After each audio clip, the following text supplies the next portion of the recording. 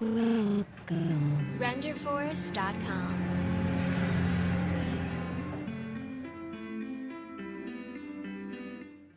YouTube, my name is Portia MS. I'm a YouNow broadcaster, and I have gotten some requests to start YouTube videos. And for a while, I was struggling to find a topic to talk about. But there is something I'm gonna talk to y'all about. But let me introduce myself for real. Like I said, my name is Portia MS. I am a local gender performer in the city of Pittsburgh. I am also a mom of four and a member of the queer community. Rainbows for days and all that jazz.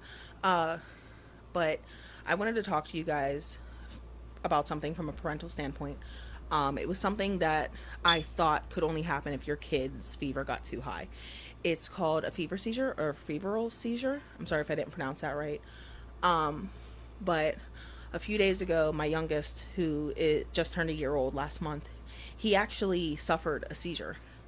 And it was terrifying as hell. Like, it was, honest to God, one of the scariest things I've ever fucking experienced in my life. And it was just like, I thought it happened if your fever got too high. Now, when he first started showing signs of a fever earlier in the day, I started battling it with Tylenol. And, I'm sitting here like, okay, well, this is like the way to go. Like, you battle a fever with Tylenol, it goes down, you don't have to worry about nothing. Well, his fever stayed between 99 and 100 and would drop down, spike back up, but it really wasn't going past 100. And I'm like, okay, I can still battle this out. We're still good. Even the doctor said the steps that I took were the correct ones. Well, he still suffered a fever seizure. Now, a lot of people are under the belief that a fever seizure occurs when your temperature gets too high. But the fact of the matter is a fever seizure occurs when your fever jumps in temperature too rapidly. If it happens too fast, it causes your body to have a seizure. It's something that I had seen once before when I was a kid. My younger brother had one, and it was like scary. It was horrifying. Like, I'm looking at a computer, sorry. See if I missed anything that I wanted to say. But it was terrifying. Like, I remember being a kid and my mom, he was, yes, I said he was holding my brother as he just convulsed, and he was on the phone with the ambulance and stuff like that. This is pre-T and everything. But it was just a really scary thing to see, and like, it's been rough for me. I know it's been rough for the kids. Like, nobody leaves. Like, the baby never was left unattended anyhow, but like, even when he's sleeping, somebody's awake. Like, after what happened, like, it's the 8th. This happened on the evening of the 5th. We ended up, I called 911, and I was home with the kids by myself. The guys were out, and they had to transport Rain in the ambulance, and meet one of the parental units besides myself at the hospital. Lee ended up meeting him at the hospital and got there before Rain did, and waited for him. But it's just something that I want you guys to know about. Like, it's a scary experience, and if it's going to happen, it happens because of the temperature rising too quickly. There's nothing you can do. You can't blame yourself. I found myself doing that a couple times, like trying to figure out, what did I miss? Did I miss something? How could I have kept this from happening to the baby, like our baby? Like, but there really is nothing you can do. The only thing you can do is if your child starts showing any signs at all of having a fever, start fighting it aggressively. That's exactly the phrase that the doctors used when they were telling me about it. Fight it aggressively. Alternate between Tylenol and ibuprofen, basically baby Motrin. Alternate between the two. Go based off the doctor's recommendation or the pharmacist's recommendation. But do exactly how they tell you to do it. He didn't get any medicine yesterday. His fever broke. And today, so far, he's doing very good. Knock on wood. Like, not playing these games. But, he seems to be doing a lot better. He's back to his normal self. He would rub his head and stuff like that. And he smacks things when it hurts. So he was smacking his head. So we think he had a headache after the seizure took place, like the day after for a while, like the majority of the day. So, and his temperature was still up, so we gave him Tylenol, which also helped with his headache. but it's something that happens. Now, there is something you can do if your child does suffer a fever seizure. Now, don't mind me. I haven't been sleeping. I like no makeup. I don't, it's just one of those days. But if your child does have a fever seizure, do not hold them down.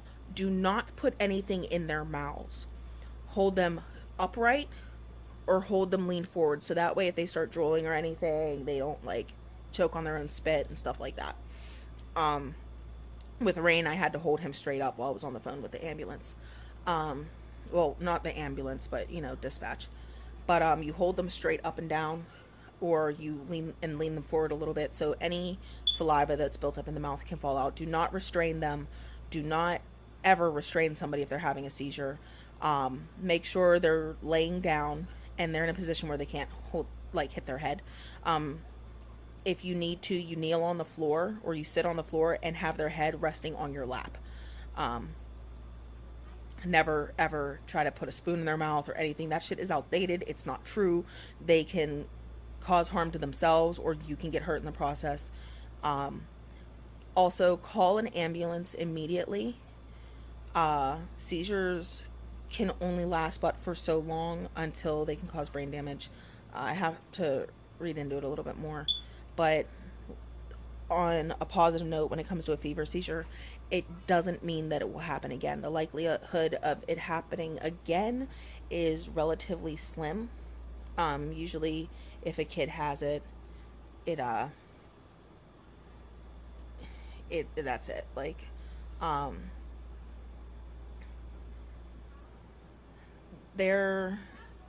They suck.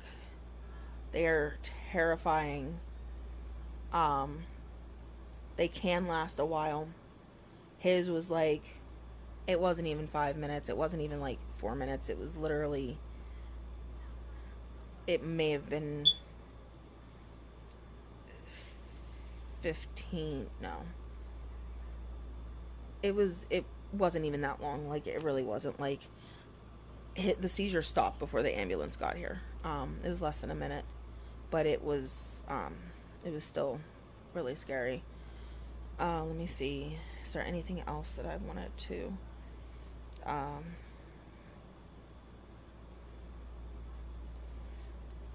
But yeah, you just wanna, and there are some things that you witness when the seizure is taking place. There's the convulsions, the shaking or the twitching all over the body, eye rolling, the unresponsive moaning.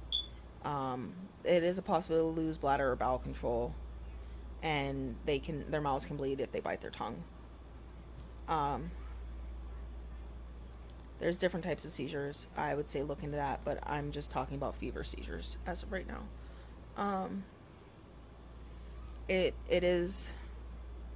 It's just a scary experience, and when you try to find videos on it, you don't really find, you can find some videos of people talking about it and stuff like that, but I wanted you guys to know, I am a parent. I am your average everyday parent. I have 4 kids. This is the first time it's ever happened to me. This is the first time it's ever happened to one of my children. And it is scary, but you can get through it. So if anybody has recently dealt with this and has stumbled on my video and you're scared and you're nervous and you're just afraid of everything, I just want you to know I've been there. I understand, and you are not alone. I'm gonna cut this video here, and I'm actually going to record a clip of me and the baby and share it with you guys. I'm actually gonna also post a video of him before his seizure when well, no, I don't think I'm gonna post that because I don't have the stuff to blur out his little dangling because he was sitting in the sink and taking a bath and playing in the water. So I'm not gonna post that. But before his seizure took place, I gave him a lukewarm bath to help break his temperature, and he was having fun playing in the kitchen sink, which was really, really cute. But if I can figure out how to blur out his bits, then I'll post that. But I don't have the editing software for that because I'm kind of broke. So yeah, but I'll be sure to try and post more later and Talk to you guys later. Bye. Hey, I wasn't able to bring the baby on this particular video, and the camera quality does look a little bit different because I had to switch from my phone to the laptop and switch locations as well. But I want to tell you guys what led up to the seizure and stuff like that. When I first recorded earlier today, I was definitely still really emotional about it, and I just wanted to get the point out, like, there are steps to take if it happens, you know, if your kid gets a fever and stuff like that. But I want to tell you guys, like, what led up to it. So we had a regular normal day. Like, he was feeling crappy. He started getting a fever. It didn't stay at like 100 degrees the entire time. Like, it was bouncing between like 99. It touched 100 a couple times, but it wouldn't stay at 98, like the normal temperature or whatever. So I gave him a lukewarm bath, and, you know, I'm giving him Tylenol and stuff like that to try and help him battle it out. And, like, everything went normal. Like, I gave him a lukewarm bath hours before everything happened, and he was cool. He was still kind of crappy. He wasn't really trying to drink anything because he didn't feel good. He didn't vomit or anything like that, but, like, he was just so miserable the entire day because he felt sick. So what we ended up doing is, you know, we're trying to keep him, like, feeling better, keep him entertained, like, trying to just get him to relax. And finally, he decides to take a sippy cup, and I'm like, yes, freaking awesome. Like, once he's calmed down, because when he doesn't feel good, he wants to be held, and you can't just sit down and hold him. Like, you have to stand up and hold him and walk with him. Like, that's his thing. So finally got him to lay down, and him and his siblings were sitting on the bed, and they were watching videos on my laptop. And he finally gets his cuppy, and he's like kind of tired, so he's about to lay down and go to sleep. So his big brother Dell is holding him, and, you know, they're just chilling and they're watching videos. And I had stepped out of the room for a few seconds, and, like, I'm figuring I can get some stuff done. I was actually on the phone with one of my friends, like, telling them about Rain and what was going on with them. Like, I'm really close to her and stuff. And talking to Amanda, and next thing I know is Molly's like, "Mommy, Rain's shaking and he won't stop." I was like, "Yo, I gotta go."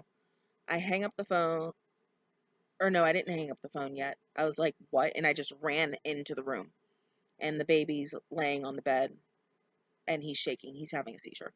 Um, I hurried up and picked them up. Hurried up and said, "I gotta go to Amanda." Just hung up on her. She totally understands, and I don't feel bad for it at all. And immediately call 911. I recognized what it was because, like I said in the previous clip, that it happened to my brother when we were little. Um, and I watched my dad handle that. Uh, it is jarring. It is scary as fuck. But, you know, as long as you follow proper procedures and, you know, do things the way they're supposed to be done, more than likely you'll have a decent outcome. Um, Rain, he's back to normal. He's crashed out right now. It's like almost 6 in the evening, so he usually takes like an evening nap, and then he gets up for a few more hours and then like goes to bed for the night. Um, but I just want to let you know that he is okay. Uh, I will be posting a photo of him at the end of this entire video so you guys can see what he looks like. It was right after he got his first haircut, so he's got like the side shave and it's like curly on the top. Um, but before I do end this video, there is a couple websites that I want to give a shout out to. The first is Free Logo Maker. Um, this website is pretty freaking awesome. Like, it really is. You can literally, they have stencils basically. You can like piece them together and make your own logo. That's how I developed the logo of the two kings, the queen, and what looks like the Dragon Ball with the 4 stars. I can talk about that later. Uh, but I used logomaker.com. It's spelled logomaker.com. I will be posting a link to the website below. Um, and also for the introduction video, I actually used renderforce.com, which was amazing. And it was very simple, very easy. I literally got it done in a couple minutes. Um, like the other day. It didn't even take long. Like, the website's extremely easy to use, and I really want to give a special shout out to those two. I will be posting the links to them down below. I will also be posting a links page to uh, the fever seizures. And yeah, if you've gone through this, feel free to like hit me up, comment in the comment sections. I just want other parents to know, like, you're not alone. It is scary. It's something that you never think is going to happen to you, and then it does. So I just want people to know, like, you're not alone. There's other parents out here who've gone through it. Sometimes it's hard to find people that are relatable on YouTube. Um, and I want you to know I'm that barrier. I can be that relatable person. I'm not really your stereotypical Brady Bunch type parent. Um, like I said earlier, I'm me personally. I'm kind of gender fluid. Some days I dress one way, some days I dress the other. I really kind of find myself in this in between little thing that I like. And I'm raising my kids to not have gender boundaries. I had babies before babies was the thing, whatever. And like I have two partners. We're freaking awesome. But yeah, definitely comment below. Give me a like if you found this video helpful. If you found it relatable. Hell, even if you don't like my face, give me a thumbs up. Why not? Uh, but yeah, I'll be trying to post more videos every so often. Um, it's still kind of hard to talk about this, so I'm like all over the place and like looking everywhere. But just you're not alone. You're not alone. But yeah, I hope to get to know you guys and talk to you more later. Bye.